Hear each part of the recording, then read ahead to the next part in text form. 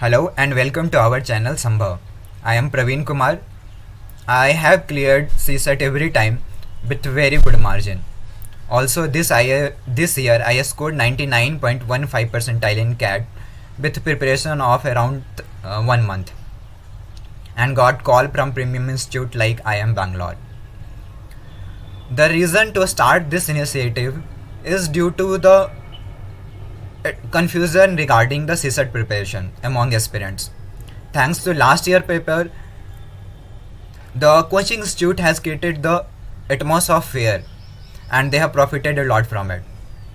But in this initiative, we will show that you can solve these questions without requiring advanced concepts through simpler and basic method. Only thing we require is to improve our thinking capacity.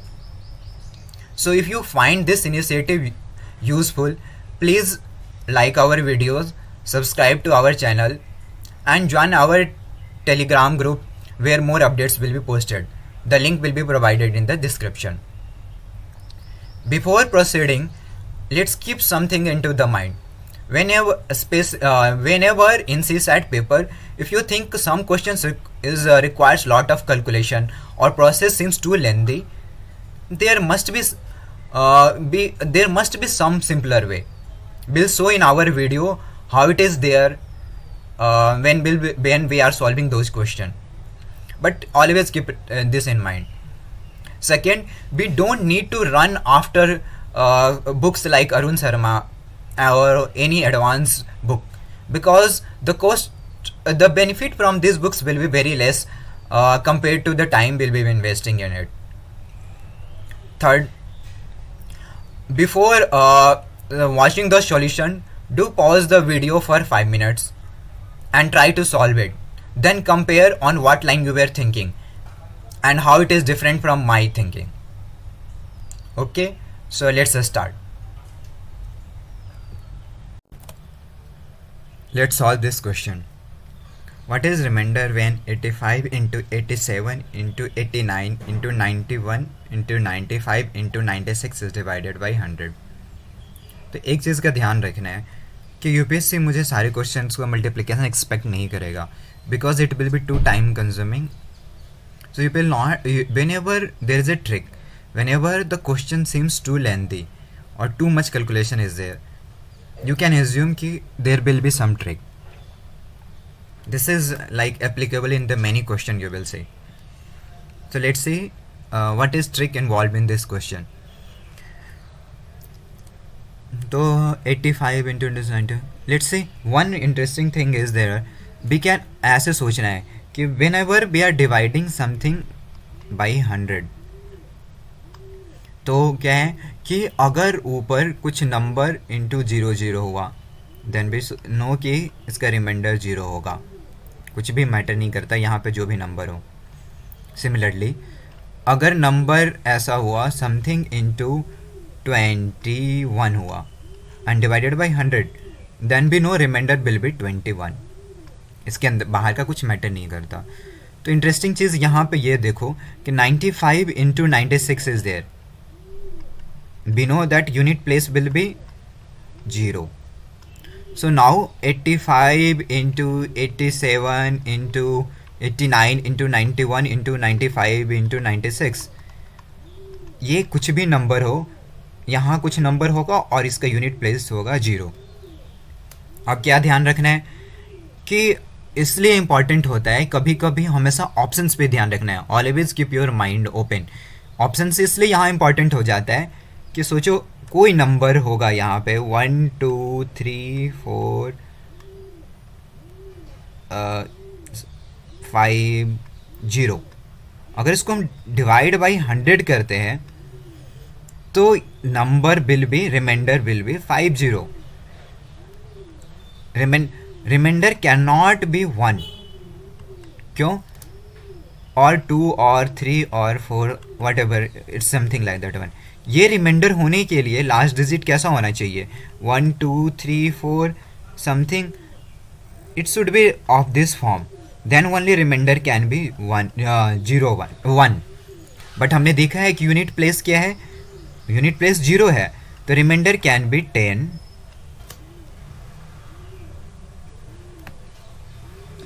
It can be 20, 30 और 00। 00 किस case में होगा कि ये something होगा और last दो place 0 आया होगा, then it's reminder will be 00। So we have seen the options cannot be 1, 2, 3 और 4। सो इस बेसिस पे हम एलिमिनेट कर सकते हैं कि ये ऑप्शन नहीं है, ये ऑप्शन नहीं है, ये ऑप्शन नहीं है, तो only option B are left with 0। So we don't have to do all the calculation, using understanding the concept we can arrive at 0। we can solve this question quickly and save time for other tough question।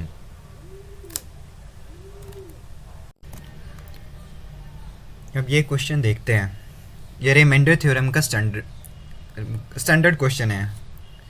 Generally her year में एक आधे question ऐसे आएंगे, but ये देखते हैं ये generally इसका सॉल्व करने का तरीका क्या है कि whenever this type of the question is there, you try to look for the pattern कि जब वन देयर सम रिपीटेशन हो जाए। तो यहाँ पे हम देखते हैं कि अगर 2 का मल्टीप्लिकेशन होता, सबसे पहले क्या है देखो कि 2 फर्स्ट है, 2 फर्स्ट होगा 2, नेक्स्ट टाइम जो भी नंबर मल्टीप्लाई होगा उसका यूनिट प्लेस हो जाएगा 4, नेक्स्ट हो जाएगा 6, 8, देन 6 एंड 2 अगेन 4। तो हम देख रहे हैं कि हर 4 पे ये नंबर्स का यूनिट प्लेस रिपीट होने लग जा रहे हैं। ठीक है, तो अब यही ट्राई करना है इस पे भी। तो हम जान रहे हैं कि हमें बट अब ये नंबर का क्या है कि 57242 का पावर है 9 × 7 × 5 × 3 × 1 × 1। अभी एक तरीका ये है कि इसको हम सारे को मल्टीप्लाई करें 35 × 27 × 1, और ये देखें कि 4 का कितना मल्टीपल है। यू कैन सॉल्व, ये बहुत बड़ी मुश्किल काम नहीं है, बट इवन हमें टाइम सॉल्व करना है then we can have easier way as well. हमें नंबर को मल्टीप्लाई करना है, ये देखना है ये नंबर को मल्टीप्लाई करने पे 4 से डिवाइड करने पे कितना होगा, ये देखना है। इंटरेस्टिंग चीज़ है कि हम यही देख सकते हैं कि हम इसको हर चीज़ को ऐसे लिख सकते हैं 4 × 2 + 1, 9 को, 7 को हम लिख सकते हैं 4 × 2 - 1, 5 को लिख सकते हैं 4 + 1, उसी तरह से 3 को लिख सकते हैं 4 - 1 × 1। अब इन सबों को मल्टीप्लाई करेंगे तो क्या होगा, वी कैन से कि नंबर कुछ भी मल्टीप्लिकेशन होगा, there will be some number which are multiple of 4 plus 1 × इसका यूनिट प्लेस होगा -1 × 1 × -1 × 1, दैट इज़ 1। तो ये नंबर किस फॉर्म में होगा, इसका मल्टीप्लिकेशन होगा, वो होगा सम इसका multiplication will be multiple of 4 × some number plus 1। ये अगर इसको हम नंबर को 4 से डिवाइड करें तो रिमाइंडर क्या आएगा 1। तो वी कैन सी कि ये जो 9 × 7 × जो भी मल्टीप्लिकेशन था उसका रिमाइंडर है 4 का मल्टीपल प्लस 1। 4 के मल्टीपल पे हमने देखा है कि 4 के मल्टीपल पे नंबर रिपीट हो रहे हैं, और 5th नंबर हर 4th के बाद 5th number will be the 2। तो इसका मेरा आंसर क्या होगा, 2 होगा। तो दो you can do calculation and divide by 4 and still you will get remainder 1 और उससे अराइव होगे, बट उसके बेसिस बेटर है कि यू कैन सी कि इसका remainder by using this method you can easily see कि इसका रिमाइंडर 1 होगा and you can arrive at the answer very quickly. Let's solve this question. What is the sum of 4 digits number less than 2000 formed by digit 1, 2, 3, 4 where none of the digit is repeated? Actually ये question उतना tough नहीं है।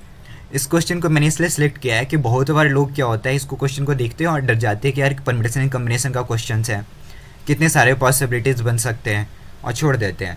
But generally UPSC में question simpler ही होंगे, simpler concept से solve हो जाएंगे। यहाँ पे हम काउंट कर सकते हैं। इस क्वेश्चन का एक और भी एम है, क्योंकि हमें काउंटिंग मतलब जितने कॉम्बिनेशंस काउंट करने हैं, स्पेशली नंबर्स कॉम्बिनेशन में ट्राई करने हैं, तो उसको कैसे लिखना है I will try to help. तो ये है पहला तो हम देख सकते हैं कि पॉसिबल क्या है। पहले नंबर जब भी लिखना हो ना तो बेटर है कि एक कोई ऑर्डर फॉलो करें। तो मैं नंबर लिखना चाहूँगा कि 1 2 3 4। अब सिंस इसने बोला है कि ये क्या है कि ये it should be less than 2000, तो हम ये श्योर हो सकते हैं कि यूनिट प्लेस में 1 ही होगा, क्योंकि अगर 2 आया तो numbers will be greater than 2000। तो हम फर्स्ट प्लेस तो फिक्स हो गया 1 है, 2 नेक्स्ट उससे बड़ा और उससे बड़ा मैंने लिखा है। नाउ कम्बिनेशन ट्राई करना है हमें, और तो फर्स्ट प्लेस को 1, सेकेंड प्लेस पे अभी 2 फिक्स है और इन दोनों को एक्सचेंज कर देंगे, तो दैन इट इज़ 4 and 3। तो हमारा ये सारा कम्बिनेशन हो गया। अब क्या किया है नेक्स्ट टाइम कि 1 2 के सारे कम्बिनेशन हमने देख लिया, तो उससे बड़ा नंबर मैं लिख रहा हूँ, तो 1 3। अब नेक्स्ट उससे बड़ा मतलब जो बचे हुए में सबसे बड़ा छोटा 2 और उससे बड़ा 4। नाउ इन दोनों लास्ट दो को एक्सचेंज कर दूंगा, तो 1 2 4 2 सॉरी 1 3 4 2। अब मैं 3 के सारी पॉसिबिलिटीज़ देख ली मैंने, तो अब यहाँ पे ये सेकेंड प्लेस पे 3 से बड़ा दैट इज़ 4 पॉसिबल था, तो 4 लिख दिया। अब बचे हुए में सबसे छोटा 2 है और उससे बड़ा 3, 1 4 3 2। ये सारी कॉम्बिनेशन हमने देख ली है।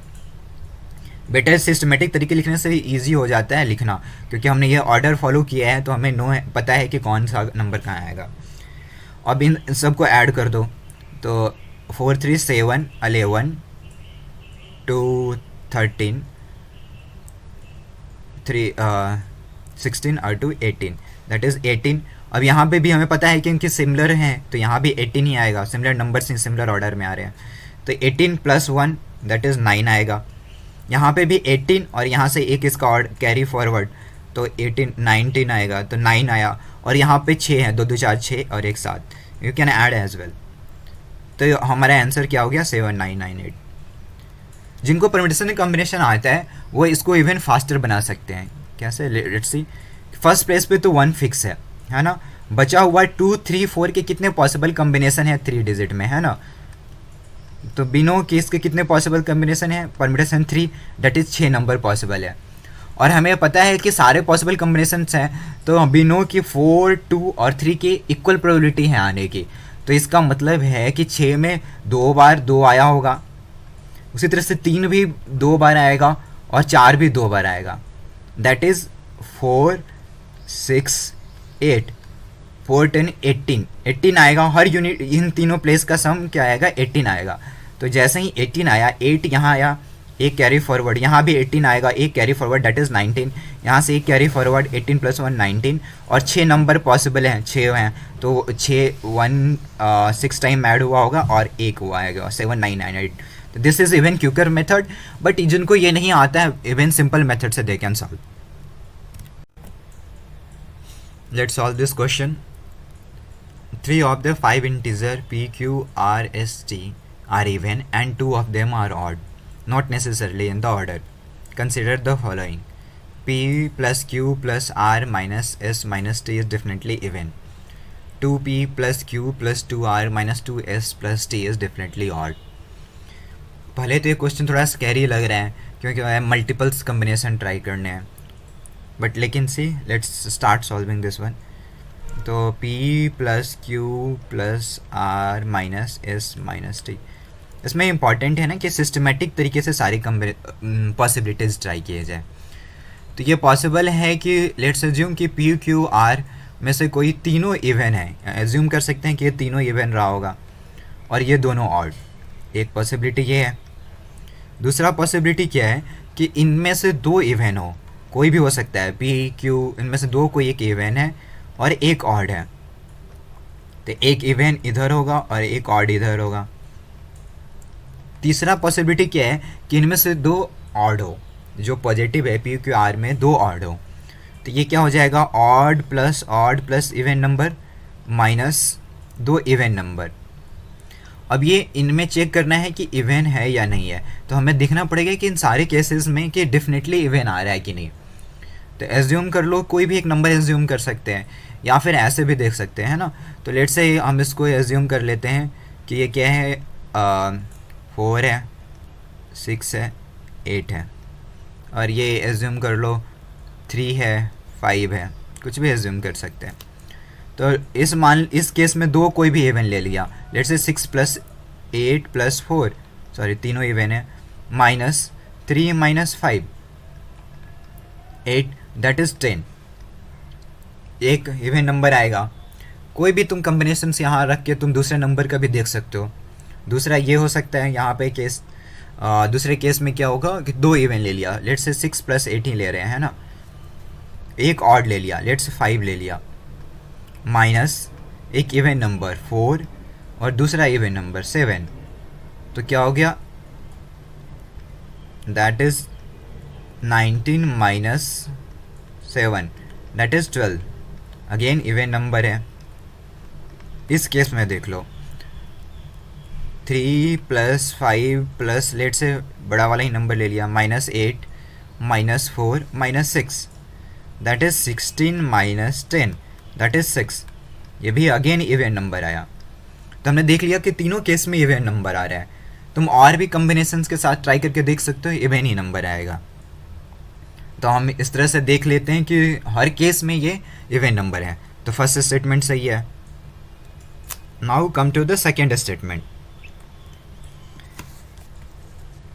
Second statement was 2p + q + 2r - 2s + t is odd और नॉट, ये देखना है। तो इसको ऐसे रख लो, इसको हम ऐसे लिख सकते हैं 2p + r - s + q + t, ऐसे भी लिख सकते हैं। अब ये देखो, ये तो डेफिनेटली इवन होगा ना, कोई भी नंबर p + r - s, कोई भी एक नंबर आ रहा, उसको 2 से मल्टीप्लाई करेंगे तो एक इवन नंबर होगा। और पॉसिबिलिटीज़ है क्या, q + t, q + t क्या हो सकता है कि एक बार में ऑड प्लस इवन हो। अगर ये केस हुआ तो क्या होगा कि एक ऑड नंबर आएगा, दो इवन नंबर के साथ अगर हम कोई एक ऑड नंबर ऐड करते हैं तो ऑड नंबर आता है। फॉर एग्जांपल यहाँ पे ले लो 4 है और यहाँ ऑड नंबर 3 है और ये 8 है, तो 4 8 12 एंड 3 15, एक ऑड नंबर आएगा। इवन कब आएगा, अगर ये दोनों इवन होता। यहाँ पे दूसरा केस क्या होता कि ये 2 इंटू ये दिस 2, हमने देख लिया क्या, 2 इंटू p + r - s, ये केस ऐसा लिख लेते हैं केस, ये इवन नंबर होता, प्लस q + t, ये तो इवन नंबर है ही। और ये दोनों अगर इवन हुआ होता तो टोटल सम इवन आता, आएगा ना, इस केस में इवन आएगा। कोई भी नंबर है, ये दोनों अगर इवन हो गया लेट्स से यहाँ पे, तो ये टोटल सम इवन ही आएगा। तो क्वेश्चन वाज कि डेफिनेटली ऑड है। तो हमने देखा है कि केस 1 में तो ऑड आ रहा है, बट केस 2 में क्या आ रहा है, इवन आ रहा है। तो second statement is not right. तो टोटल क्या हुआ कि ओनली 1 स्टेटमेंट राइट हो गया। Let's solve this question. A 3-digit number ABC on multiplication with D give 37DD, where A, B, C and D are different non-zero digits. What is the value of A plus B plus C? Okay, so let's start.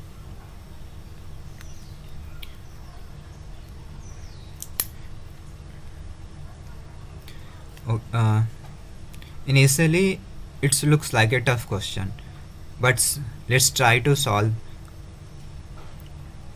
A, B, C multiplication with D give 37 D. What we will try? We will try different value of D, because at least we will give idea of कि what will be the value here and here. तो let's start कि D is equal to 1 है।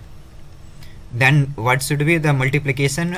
On multiplication we should get 37 1 and 1। तो अगर D 1 है तो C की value क्या हो सकती है, इट्स मस्ट बी 1, क्योंकि 1 इंटू मल्टीप्लीकेशन ओनली 1 देगा, है ना, और कोई वैल्यू तो 1 से मल्टीप्लाई करने पर 1 आएगी नहीं। बट ये अगेन ये पॉसिबिलिटी रिजेक्ट हो जाती है, क्यों, क्योंकि इसमें बोल रखा है कि C and D are different non zero digits. तो C और डी दोनों 1 नहीं हो सकते, ये पॉसिबिलिटी नहीं है। तो डी की 1 वैल्यू तो रिजेक्ट हो गई। Now try second case, D is equal to 2। अगर डी इज इक्वल टू 2 है तो हमारा नंबर फाइनली क्या आना चाहिए, 3722। अब हम सी के वैल्यू ट्राई करते हैं। तो सी के वैल्यू क्या हो सकता है, 1 हो सकता है। 1 इंटू 2 1 देगा। तो अगर 1 इंटू 1 अगर 2 दे रहे हैं तो नाउ बी की वैल्यू क्या हो सकती है, बी की वैल्यू हो सकती है, हाँ ये यूज़ कर टू 1 है, बी की वैल्यू 1 नहीं हो सकती है। क्यों, 1 की यहाँ पे ऑलरेडी एक पॉसिबिलिटी दोनों नहीं हो सकती है, तो इसलिए बी की वैल्यू 1 नहीं होगी, दोनों 1 नहीं हो सकता।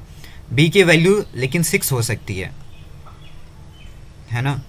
तो क्या ए हमारा हो रखा है, बी लेट 6 ले लेते हैं और सी की वैल्यू 1 है, तो हमारे क्या आएगा 2 and 2, तो 1 हो गया 2 हो गया। अब यहाँ पे आना चाहिए 37, बट 2 कैरी फॉरवर्ड है, बट स्टिल यहाँ पे 36 आना चाहिए। एक कोई भी ऐसा नंबर नहीं हो सकता है जिसको मल्टीप्लाई करने पे मुझे 36 आया, तो बी की वैल्यू ये भी नहीं हो, 6 भी नहीं हो सकती। तो ए की वैल्यू 1 नहीं हो सकती, 6 नहीं हो सकती, और कोई पॉसिबिलिटी है 1 6 के अलावा 3 4 5 6 7 8 9, उसके अलावा कोई पॉसिबिलिटी नहीं है। तो सी की वैल्यू 1 भी नहीं हो सकती है, बट सी की वैल्यू लेट से, अब सी की वैल्यू अगर 6 है ना, तो ए आ गया, बी आ गया, 6 आ गया एंड 2 आ गया। अब हमें चाहिए 37, 2 and 2, 6 2 जो है 12, तो यहाँ पे 12 आ गया और 1 एक कैरी फॉरवर्ड हो गया। तो मतलब यहाँ की वैल्यू 1 रही होगी यूनिटरी प्लेस में, जो भी वी की वैल्यू है, तभी उसमें एक ऐड होकर 1 आया होगा, 1 2 हुआ होगा। बट बी की कोई ऐसी वैल्यू नहीं हो सकती है जिसको मल्टीप्लाई 2 करने पर उसका यूनिटरी प्लेस 1 हो, है ना। तो इसलिए बी की वैल्यू कोई पॉसिबल ही नहीं है, तो इसलिए सी के इज़ नॉट इक्वल टू 6, ये भी पॉसिबल नहीं हो सकता है। अब सी ए रिजेक्ट हो गया, तो डी की वैल्यू भी रिजेक्ट हो गई, क्योंकि डी के लिए मैंने देख लिया था, डी इज इक्वल टू 2 के लिए सी के लिए 1 होना चाहिए था, 6 होना चाहिए था, दोनों पॉसिबल नहीं है। लेट्स सी अब थर्ड क्या है, अटेम्प्ट करते हैं। थर्ड हम देखते हैं, डी की वैल्यू 3 है, then A B C multiply 3, we should get 3733। अब सी की वैल्यू क्या हो सकती है, कौन से नंबर्स पे 3 से मल्टीप्लाई करने पे यूनिटरी प्लेस 1 है, 3 है, तो सी की वैल्यू ओनली 1 पॉसिबल है। 2 3 4 5 6 7 8 किसी भी मल्टीप्लाई करो 9, तो यूनिटरी प्लेस नहीं आएगा 3। तो हो गया A B 1 into 3 3733। Again B को 3 से मल्टीप्लाई करने पे 3 आना चाहिए, तो बी के लिए अगेन 1 होना चाहिए, बट बी और सी दोनों 1 नहीं हो सकता, तो सी की वैल्यू 3 नहीं हो सकती है, 3 भी रिजेक्ट हो गया। अब फोर्थ केस लेते हैं, डी इज इक्वल टू 4, तो ए बी सी 4 मल्टीप्लाई करने पे आना चाहिए 3744। नाउ लेट्स एज्यूम सी की वैल्यू 1 है, तो 1 इंटू 4 4, तो आ गया A B 1 into 4, that is 3744। अब बी की वैल्यू 1 नहीं हो सकती अगेन, क्यों, क्योंकि सी की वैल्यू 1 है, तो ये रिजेक्ट हो गया।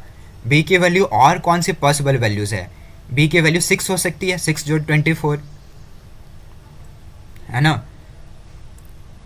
तो लेट्स से बी की वैल्यू 6 अगर रखते हैं तो आएगा ए 6 1 4, मल्टीप्लाई करने पे आ गया 4 4, आना चाहिए 37, तो यहाँ पे 24 आया, 4 और 2 कैरी फॉरवर्ड हुआ यहाँ पे, है ना। तो यहाँ पे वैल्यू कितनी होनी चाहिए, यहाँ पे वैल्यू 35 होनी चाहिए, तभी ऐड हुआ होगा, प्लस 2 37 हुआ होगा। बट अगेन किसी भी नंबर को 4 से मल्टीप्लाई करने पर 35 नहीं आएगा, तो ये वैल्यू बी की 6 वैल्यूज़ नहीं हो सकती, ठीक है। बी के वैल्यू हमने देख लिया, 1 भी नहीं हो सकती, 6 भी नहीं हो सकती, इसका मतलब सी की वैल्यू 1 नहीं होगा, बट सी की वैल्यू 6 हो सकती है। तो अब ट्राई करते हैं, ए बी 6 इंटू 4 आना चाहिए 3744। 6 4 जो 24, 4 यहाँ 2 कैरी फॉरवर्ड रहा होगा, मतलब यहाँ पे 2 रहा होगा और +2 यहाँ से कैरी फॉरवर्ड होके आया होगा, तो यहाँ वैल्यू होनी चाहिए क्या, यूनिटरी प्लेस पे 2 आनी चाहिए। 4 को कितने से मल्टीप्लाई करने की किया जाए कि यूनिटरी प्लेस 2 आ जाए, तो बी की वैल्यू 3 पॉसिबल है, तो ए 3 6 इंटू 4 कैरी फॉरवर्ड 2 3 40 जो 44 और यहाँ से एक कैरी फॉरवर्ड हुआ है ना, एक कैरी फॉरवर्ड वहाँ से हुआ है, तो यहाँ पे 36 होनी चाहिए।